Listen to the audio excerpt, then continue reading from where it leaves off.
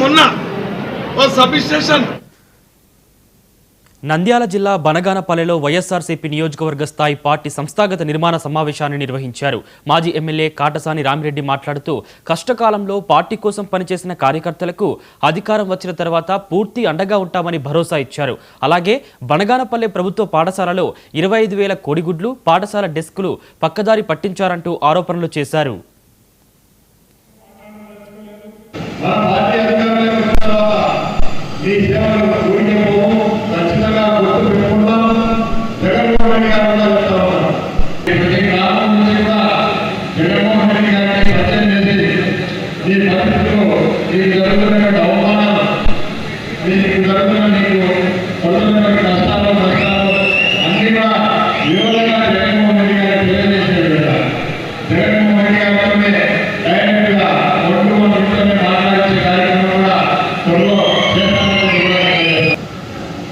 ఈ రాష్ట్రంలో ఎక్కడా లేని విధంగా ఈ నియోజకవర్గంలో దోపిడీ జరుగుతూ ఉంది.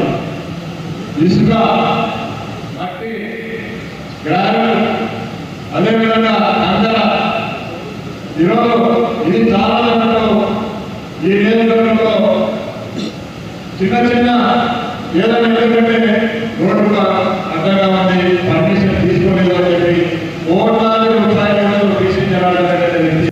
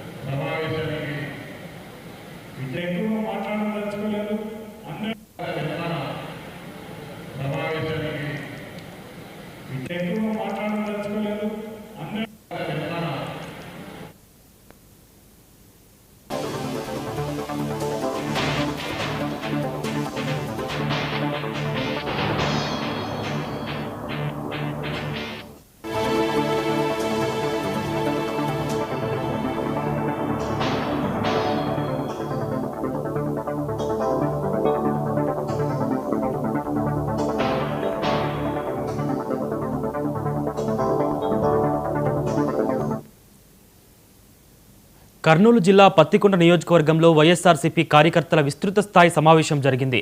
రాష్ట్రంలో కూటమి ప్రభుత్వం రెడ్ బుక్ రాజ్యాంగం అమలు చేస్తూ వైఎస్ఆర్సీపీ కార్యకర్తలపై అక్రమ కేసులు బనాయిస్తోందని మాజీ ఎమ్మెల్యే